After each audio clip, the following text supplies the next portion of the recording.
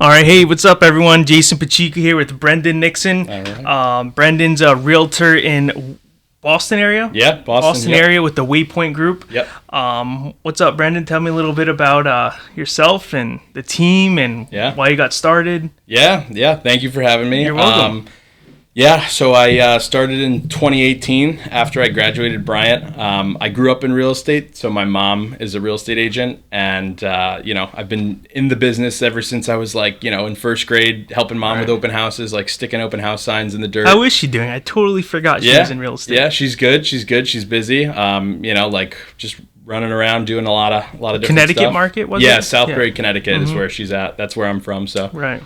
Yeah, I started in 2018. I did it on my own part-time for a little bit, and then I transitioned into full-time. So I've been a full-time agent for the past 3 years. Got joined up with a group, so I'm on the Waypoint Group. We're a young group of people. We're early 30s, late 20s, most of us, about 12 people on the group. Last year we did 60 million. We had 50 transactions, a lot of people. And it was a good year. So yeah. Now going into college, did you know you wanted to do real estate?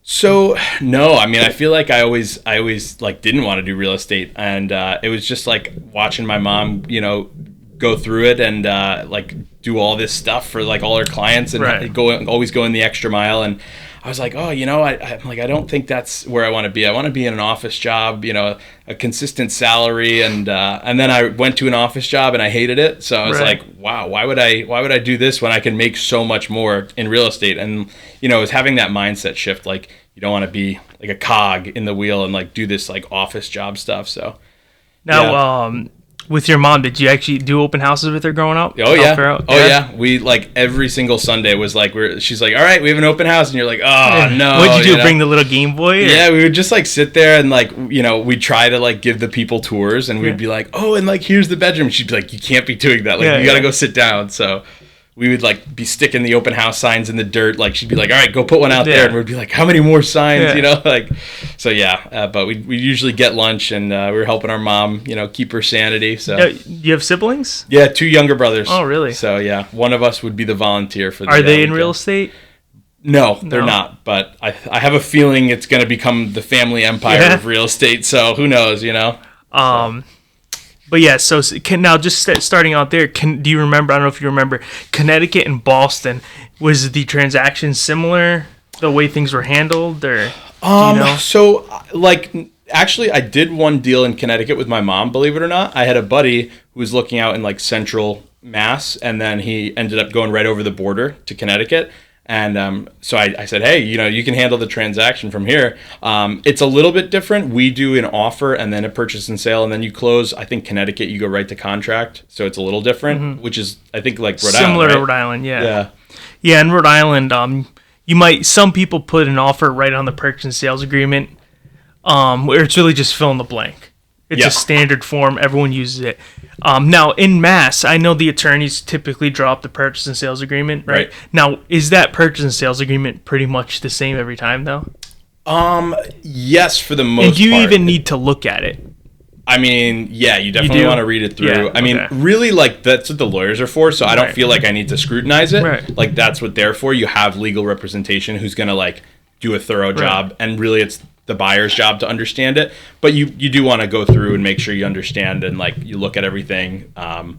So yeah, is it typically a 5-page document? It's 20 pages. Really? Yeah, it can be pretty long. Yeah, especially with all the riders and addendums and stuff, it can get pretty lengthy. So that's why you need a lawyer. Right. Yeah. So yeah, in this market, so how's the market where you're working? Where's your market right now? Where do you work the most? We're in we're Boston based. Okay, so Boston is kind of a pretty wide market, which encompasses a 20-mile radius roughly.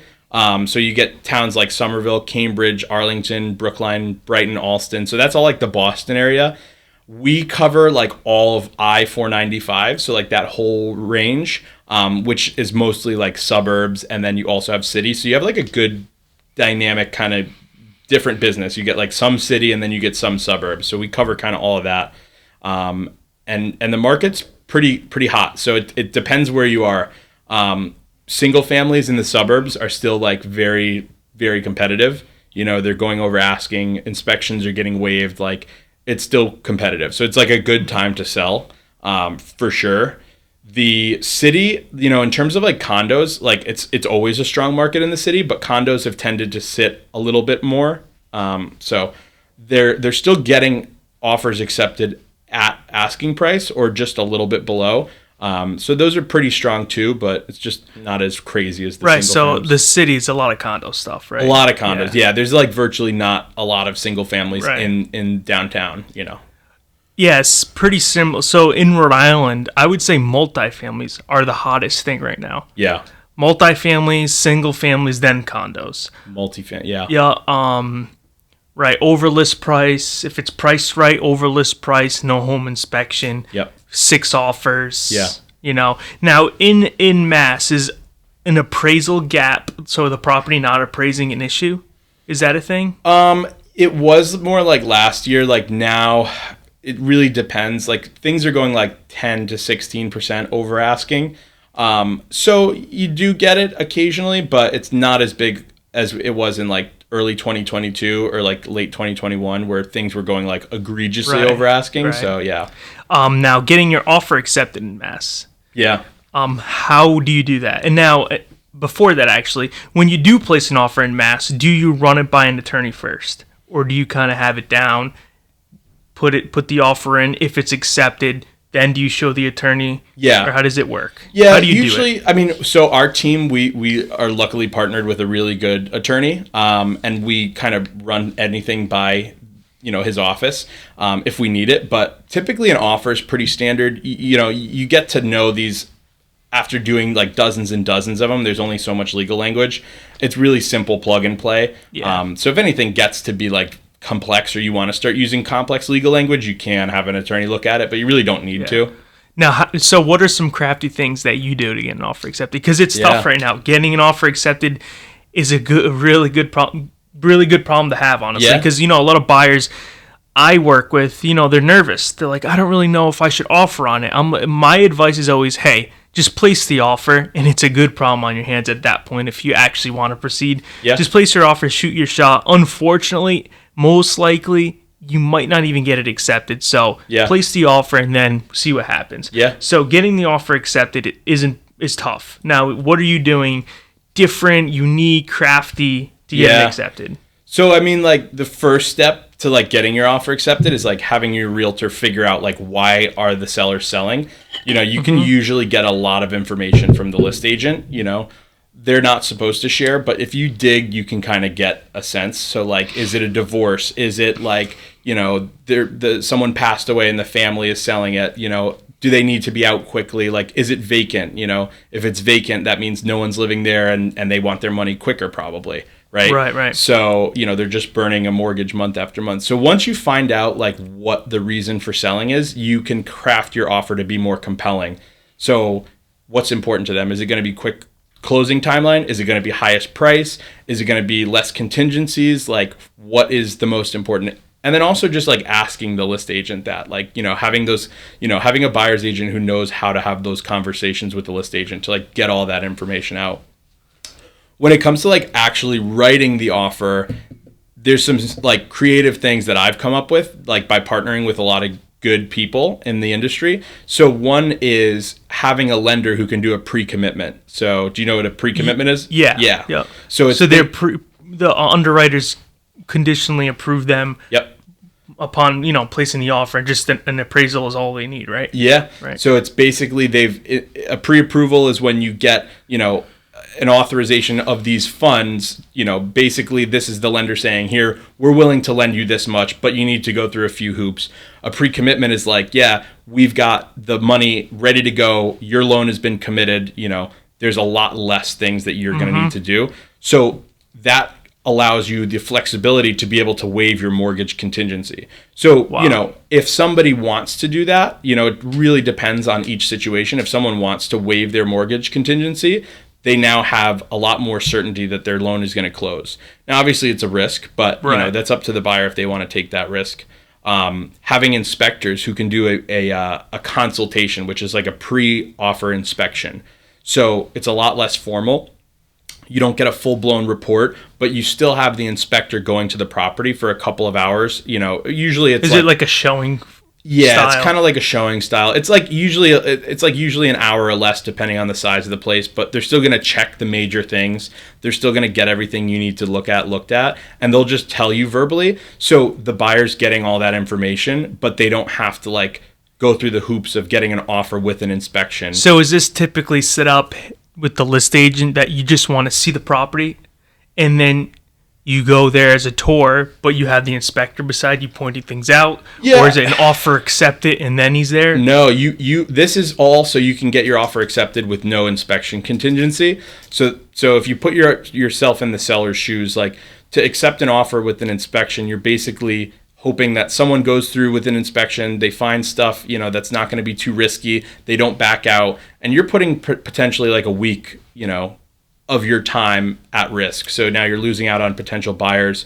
So with the seller, they're going to want an offer that's clean, no inspection. Like that'll most times be the most, direct way to get their funds. So with this pre-offer, inspection, basically you can have all this information given to your buyer and they can waive the inspection contingency. So they've gotten to have their cake and eat it too. And then you can get your offer written up, no inspection, and then you'll get it accepted. Right. So it's a crafty way to do that. So, yeah, I think being able, as a realtor, being able to explain your offer is important. Like there's some agents that maybe aren't as crafty, haven't ever gotten an offer where something's, what is it? What did you say that the loan is? Pre-commitment. Pre-commitment. Some list agents might not know what that means. So you have to, hey, here's this offer. It's not even a pre-approval letter. It's a pre-commitment. Here's what that means. Yeah. So you have to do a good job at explaining the offer and breaking it down. Now, question: when you place an offer, do you it's an offer in an email, right? You send an email. Do you follow up with the call explaining it, or do you just explain it a little thoroughly in the body of an email, or do you just put your attached documents and say, here's my offer, and they have to look through it and review it? Do you have a cover sheet? Yeah. Do you have any of those things? Usually we have like a standard email format where, you'll attach the offer as a PDF and then you'll summarize the offer highlights. And this is a good way to like show the seller like, hey, we're trying to stand out. I usually CC my team on there, so I'll CC the lender and the attorney. Nice. I'll give them a quick intro, and I'll say, hey, like, this is, such and such. We've been working with them for X amount of years. Like, we've done this many deals together. You can reach out to them. A big thing for the sellers is, like, understanding if they're going to go with someone with a mortgage, that lender is going to close. So you have people with, like, Rocket Mortgage all the time, and it's like, how do we know that's going to even close? Right. So the seller's taking a big risk versus when we put an offer together, we're like, hey, this is such and such. You're going to call him. He's got the information you need. He can tell you all about the buyer's credentials. He can tell you how many loans they've closed, what his debt to income ratio is, all that stuff, so that you guys know this loan is going to close. And that's a really good way to have your, buyer's offer get accepted. Now, how is co-broking in the Boston market? Now, just like in Rhode Island, quick few stories to kind of show you where we're at. So in Rhode Island, if a buyer wants to see a house, 80% of the time, I would say, the list agent will be present. There's no lockbox. So the seller's agent will open the door, will walk to the house, and now there's two realtors there and the buyers. So, of course, you have some scenarios where maybe the buyer's walking through the unit, you're representing the buyer, the buyer's being a little harsh, saying, ew, that's ugly, this is not good, that's not good, and the seller's agent's there, and then it becomes an argument at the house. That's happened a couple times. Or, you want to set up a home inspection, and, the buyer set up a home inspection for Tuesday at 5. So I'll simply text the seller's agent, hey, the home inspection's Tuesday at 5. Yep. And then I get voicemails, calls at 8 p.m. at night when I sent the text out, hey, just want to let you know throughout this entire transaction, you've never said please or thank you. You're telling me when the home inspection is. How about asking if it's okay we do a home inspection at that time? Oh, my God. Like so many different stories like that. Yeah. Now, and, if you're having an open house or you're doing a group showing, you're the list agent representing the seller, and they're showing between 4 and 5. I personally can't be there with my buyer. I have something else going on. may I please send my buyers to your group showing? Mm-hmm. You're going to be there already. Yep. You're having people in and out. I'll send my buyers. They'll be respectful. A lot of the times they'll say, no, you have to be present or you can't send them. And I don't like that. I think representing the seller, you want as many buyers in that door as possible. Yeah. To see that house. Why are you going to tell a couple buyers that could potentially place an offer on it and sell your client's home, no, they can't come see it because you're busy? I don't agree with that. So, in mass, what's the co-broking like? Is it pretty friendly? Now, do you sense a little like age thing? Like, I've been doing it for 5 years. There's some people that have been doing it for 40. Yep. Like that, oh, I've been doing this for 40 years. Like, do you hear these things? How's it going over there? I mean, everyone's got to play nice in the sandbox, right? You're in this business for like 30 years at the end of the day, and you're going to run into these same people, especially these like agents who are doing a lot of deals. Like, you got to get along, because the next time you're going to be on the other side. If it's your listing, you'll be on their listing as a buyer, and you got to make it work and play nice. So, just trying to make sure everyone's happy, and get your job done, which is to like get the transaction done. Co-broking seems to be really good. I mean, most people are nice. You get the occasional ego and you get the occasional, crazy person, but you just, at the end of the day, it's not about you. It's about your client and like getting them to get the offer accepted. So,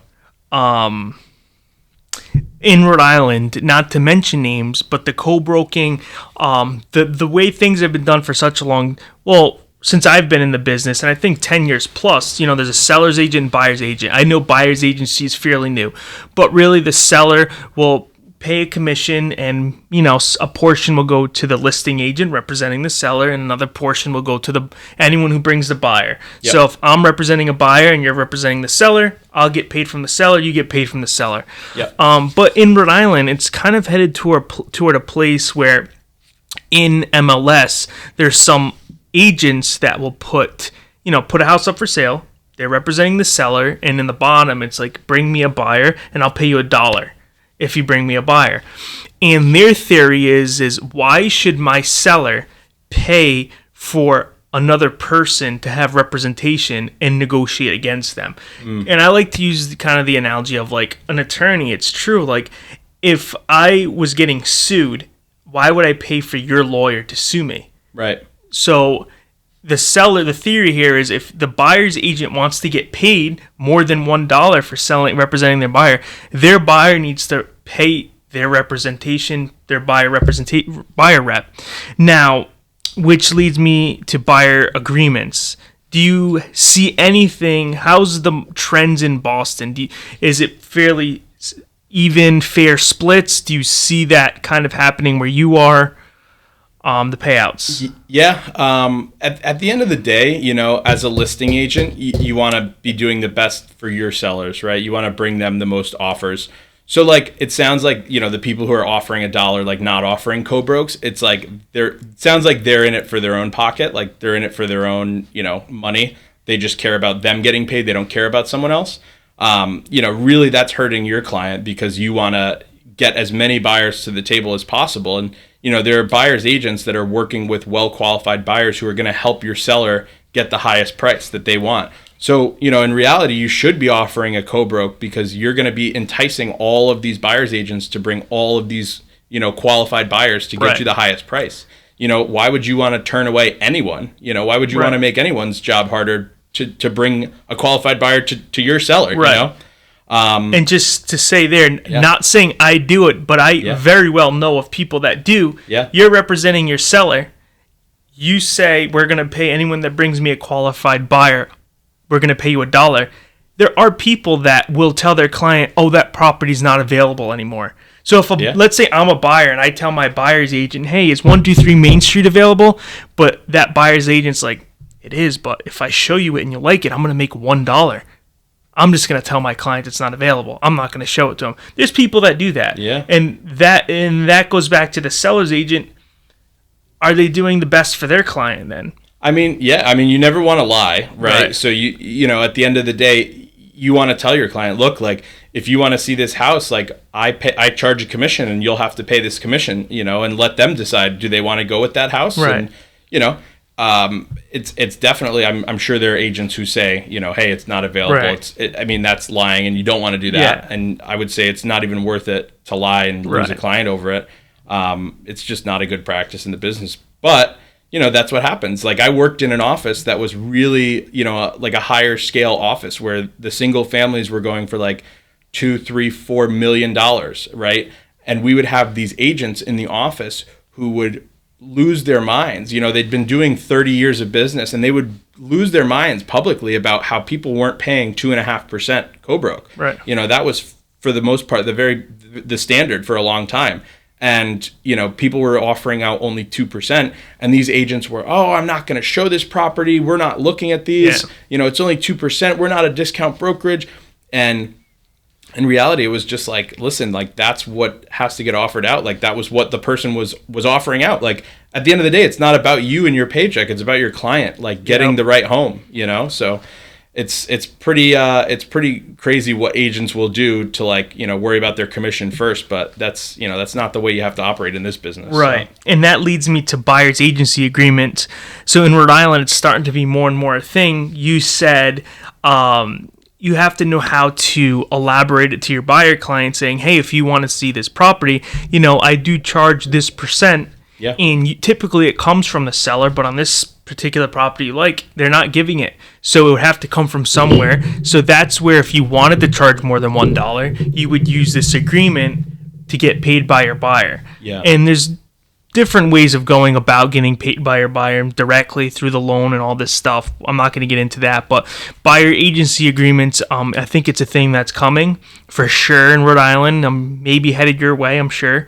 Do you see that often? Do you know of anyone that uses them? Yeah, so it's like buyers paying the commission never happens in mass. I've never seen that happen. That's probably a more like Rhode Island specific thing. I've literally never seen that. So in my experience, always the seller pays the commission. Like, the buyer doesn't have to pay to work with an agent. And I just want to be clear about that, because like that never happens. What I see, like, buyer agreements is a contract where, a buyer agrees to work with you as their sole representation for, 6 months, a year, that sort of thing. It definitely used to be used, and it still is used, I think, by like certain agents, neither here nor there. But, I don't use them personally, only because I feel like you as my buyer, this is a relationship based on trust, and like, I want you to believe in me the whole way through. Like, I don't want you to work with me because like 6 months ago you signed a contract and now you're locked in to work with me. Like, I want you to be able to say, you're doing a good job, I'm going to keep working with you. Or, hey, like, it's not the right fit, we're going to part ways. And like, usually it works out. We always like end up going through the transaction together, and I want to trust the person I'm working with too. So yeah, makes sense completely. That's kind of like the going thought too in Rhode Island. I don't think a lot of people use them, but they believe the same thing. The relationship, they're not worried about them using anyone else's trust there, and that's enough. Yeah. Which is fine. Everyone has their different way of doing things. Yeah. But now, we were talking before the podcast, before we started recording, how I think it's crazy how prices are just, we're like 45-minute drive from each other, but a 2-family in Rhode Island's like $450, and a 2-family where you are is like $800. Yeah, and it's pretty double. Yeah. So, which led us to talking to, you were telling me that a lot of people tend to buy condos, right? Yep. They buy them, then live in it a little, move out, and rent it out, right? Yeah. Yeah. So, I mean, like, the pricing in Boston is way different, because it's like, the 3 L's, right? Location, location, location. Boston, you've got like Harvard, MIT, you've got like the tech giants, you've got Amazon, you've got all these tech, capitals. You've got, the best hospitals in the world. You've got Longwood and, Mass General and Brigham, and all this, attracts demand. And so naturally everyone wants to live in Boston, or a lot of people want to relocate there. So the price goes up. There's a lot of value you're getting by living there. So, being able to access like public transportation, and being able to, enjoy the city, and like one of the most historic parts of the country where, our nation was founded, really. Right. So I think there's a lot of sticker shock, but there's a lot of like value you get for your dollar in Boston. So, that's one thing. A lot of times, we were talking about house hacking and like buying a multifamily. I think as an entry level price point, it can be a little more difficult for a first time buyer to get into a multifamily in the Boston area specifically, only because those price tags are a lot higher. But a really good way to house hack, if you wanted to call it that, is to buy a condo and, use that to leverage yourself. Because most people who are house hacking, they want to buy this asset, live in it, get some of the rent paid, and then move on to something like their end destination, their single family, like their forever home, years later.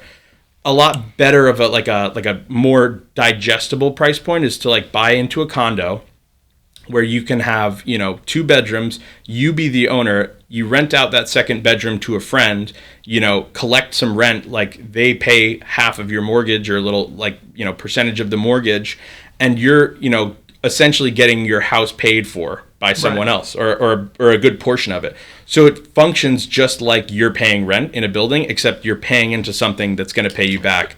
And then in 3 years' time, in 5 years' time, in 2 years' time, whenever you move out, that asset is going to have appreciated, because Boston is one of those markets that always appreciates. And, you'll be able to sell that, or you could rent it out. You can now have someone paying the full mortgage plus a little. Or you could sell it and use the equity you've gained as a down payment. So there's a lot of good options, but condos are way more affordable, and it's a good option. Yeah, what would you say a two bed condo price point is? It really affordable. Yeah, I mean, it really depends where you are. If you're like a little bit outside the city, it could be like $350, $450. Like it can be, pretty affordable. And that sounds crazy, like to someone who's like selling a 2-family for $450. But in Boston, like I said, it's like the location you're paying for. And I would say that's kind of more on the affordable side. So now, you've been in it since 2018. You said? Yeah. So real estate, you come across some folks, some characters. Yeah. I have my share of stories, but you're the guest here. So what are some stories that it's been 5-4 years now in real estate? Yeah. What are some crazy stories that you've had? Yeah. I got my first. I got a $2.3 million listing out of just talking to someone on the street, just bumping into someone on the street. Yeah. So it's kind of a wild story. Yeah, back it up a little. Yeah. How did that happen? Yeah. So that's cool. So $2.3 million listing out of just bumping into someone on the street. So I was working with a group of renters, a couple of friends from school, and they were first-time renters. They were nervous. They were looking for their first rental in the city, and they were looking around this point of the city, which can get a little dicey, and they showed up to the rental. Their parents are with them, like both sets of parents. It was 3 roommates. Both sets of parents are there, and the parents are looking at every little thing. They're like, oh, this window curtain is misaligned, and like, oh, this sprinkler head looks wrong. And Boston is very old, so like all of these buildings have like rough parts. So you've got the parents who are already kind of nervous. So we show up to our next appointment a little early. We're there like 10 minutes early, and we're parked on the street, and we see a police car come up, and then another police car come up, and then 3, 4, 5 police SUVs show up. And I'm like, oh, I really hope they're not going to the place we're going to. Now, keep in mind, to give you some context, they were like, this is our first time. We're looking at the cheapest of the cheap for like rentals. And I'm like, listen, guys, like you're not going to find something you like for this price point. And they were like, let's go look at it anyway. So I was like, okay. So we get there. There's all these police cars that have shown up. And That's helping you out. Yeah, and I'm getting nervous. And they are responding to the place we're going to. And I'm like, oh, my God. So we get out, and apparently, like, somebody, accidentally tripped an alarm. It was, like, no big deal. It wasn't like it was getting robbed. But somebody accidentally tripped an alarm. They called the police, and, the father of my clients is asking the police, like, would you let your daughter live here? And the guy's like, absolutely not. And so they're, like, looking at me, and I'm like, listen, guys, I'm telling you, like, you want something you're going to like, we're going to have to go up a little bit in price. So they go, okay. So as I'm walking back to my car, I see a girl who's outside of the apartment. She's looking just as confused. And I was like, hey, are you meeting such and such for the appointment? And she goes, yeah. And I go, do you need help finding a rental? And she goes, yeah, that would be great. And so I helped her and her roommates find a place.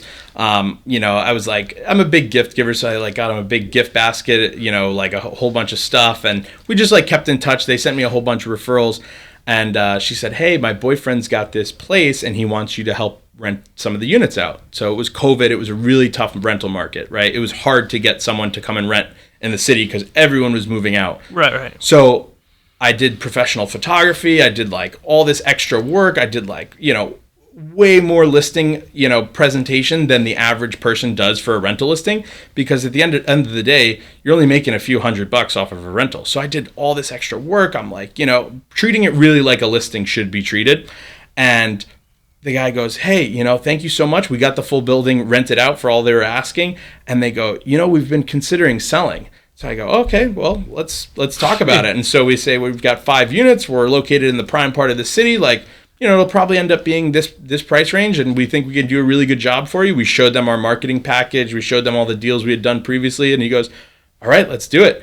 And we got it sold, and it was $2.3 million, and wow. It was a crazy transaction. We had a whole bunch of people under contract, and then a couple people back out, but we got it to the finish line. So you sold 5 units in a building? It was a 5-unit multifamily building. Okay. Yeah, and so we sold it, and it was a wild ride, but we got it done. So that's awesome. Yeah. So I'm still dissecting that. It was a 5-unit multifamily. So you had to sell each unit or the entire 6, building? So no. So the building is sold as one packet. Okay. The building had one owner. It was sold by one person. Yeah. In that building, it was actually 6 units. There was a first floor commercial unit, and then 5 one-bedroom residential units. Yeah. So that all got sold. All the tenants were in place, so we did everything. We had showings, we had open houses, we signed estoppel certificates, which is signed agreements from the tenants as to how much they paid in rent. And we got it done. And we knew a lot of the buyers, and we worked with them, so it was great. 2 stories that I wanted to hear on the podcast. You're going to tell me. You have a crazy story of a guy going to the bathroom. Yep. And you have a rental Zillow story. Oh yeah. So let's dissect those. Yeah. So talking about the co-broking. So, in Rhode Island, how does the rental commission work? It's usually first month's rent. The list agent will get, the person listing the apartment will get first month's rent, and it's up to them if they want to split it evenly, just offer $100, whatever it is. Okay. So in Mass, with a rental listing, the tenant pays the 1-month fee to the listing agent, okay? And so basically, it's always split 50-50. I've never seen it not split 50-50, but the reason is there's so much demand to live in the city. There's way more demand than there is supply of apartments. So the landlord just chooses from all these groups. They have their pick of the litter. So basically the economic support that the landlord can have the list agent charge their commission to the tenant. Okay, so that's the first thing. The list agent usually co-brokes half their commission, so they offer out half of 1 month's rent to any agent who brings them a renter, and signs a lease. So what happens in Mass is that sometimes these list agents get a little greedy and they want to collect both sides of the commission by having a renter come to them. So, if a renter comes to a list agent directly, they're still paying a 1-month fee, but the list agent gets to keep that whole thing. So you get a lot of these agents who do not want to co-broke, who are not interested in co-broking, okay? So that's one thing. So in order to collect your commission, you have to be the first point of contact with that list agent as the, renter's agent. So you have to call them first and say, hey, I've got clients who are looking like this. And so when I was kind of a newer agent, I had people who were looking a lot on Zillow, who were calling agents directly, and I was kind of catching up. I was still learning. I was still very new in the business years ago. And what happened was this very, very seasoned, 30 years in the business, probably 20 years in the business, rental agent had this listing. And my clients had told me, these are good friends of mine, and they said, hey, we just called this listing, we're interested in it, and we have an appointment tonight. So I go, oh crap, I gotta, call them and let them know they're working with me. So this is one of my first transactions ever. So I call up the listing agent, and I didn't get her, but I left her a voicemail. I go, hey, just wanted to let you know, you talked to such and such, and they're showing up tonight, so I just wanted to let you know my clients are gonna be there, and they're my clients, and just if you have any questions, give me a call. Whatever, put my phone down, missed call and a voicemail from this woman. So I have it on my phone to this day, and it's the best voicemail I've ever received. And it was this woman, she's saying, "Hi, Brendan, this is such and such. Anyone who calls me off of my listing to my phone directly is my client. I don't know if you haven't been telling them that you need to call them, but if you don't set the appointment and they call me directly, they're my client." And I was like, oh crap. I was like, all right, well, so I was just like so floored by that. And I was like, well, I learned my lesson. So I like have a lot of newer rental agents like come to me and they want like, you know, some advice. And I'm like, all right, listen to this voicemail. I'm like, you better be the first point of contact. What happened though? Did they end up liking that rental? They didn't end up liking it, but it was just like, I was like, oh no. And I've heard stories about that one agent over and over again, but I ended up doing a deal with her, and you know, I tried to grease the wheels a little bit, you know, and now we've done deals together, and she's nice, so you know, it was fun. Did they go to that showing though? I think they did. Yeah. That's awesome. But I learned my lesson. So yeah, that's tricky with the Zillow stuff. A lot of people, I learned the hard way too with that stuff. It's always scary when you get that text. I made an appointment to the property at 5. You're like, wait, how'd you do that? And if it's through Zillow, it's like, come on, with what agent? Then you have to sort that all out. Yeah. But now, what's the other one you had? This guy. So basically, this guy took a poop at one of the appointments we were on. So he was basically like. Let me guess, online lead? It was an online lead, and this was like our first meeting together, and the house was vacant. There was a condo, and the condo was vacant, and we get in there, and he's asking me all these questions, and he's like, "Oh, is that the bathroom?" And I'm like, "Yeah." He's like, "Okay, I'm going to use the bathroom. I'll be real quick." And so I'm like, "Okay." So he goes in there, and I'm like, "All right." It's been like a minute, and then it's like 2 minutes, and then it's like 3 minutes, and I'm like, this guy's in there taking a dump. And I'm like, oh my God. And so he gets out and I'm like, okay, cool. You know, like this is someone's house. Like you can't be doing that. So we go in and he's like showing me, he's like, oh, and like, can I redo this bathroom? And I'm like, oh my God, like I can't be in here. It was so gross. So yeah, you get the occasional. And that's it. And that was a higher end house, right? Yeah, it was pretty expensive. So I was like, oh my God, you know, I hope no one ever finds out. It was bad. So now I'm just like, please, you know, don't do that on the appointment. So that's tough. Yeah. It's always tough managing your clients. You can only do so much, but when they're, you know, you have those clients that they're with the seller's agents there and they're your clients, and then I hate when they start knocking the house in front of like the seller's agent. It makes me feel so bad, but can't control them. Yeah. But anything else you wanted to chat up? Or? No, that's pretty much it, man. But that's all I got. Brendan's got to get back to Boston. All right. Thanks everyone for watching. This should be up. You'll see it when it's up, actually. So thanks everyone. See ya.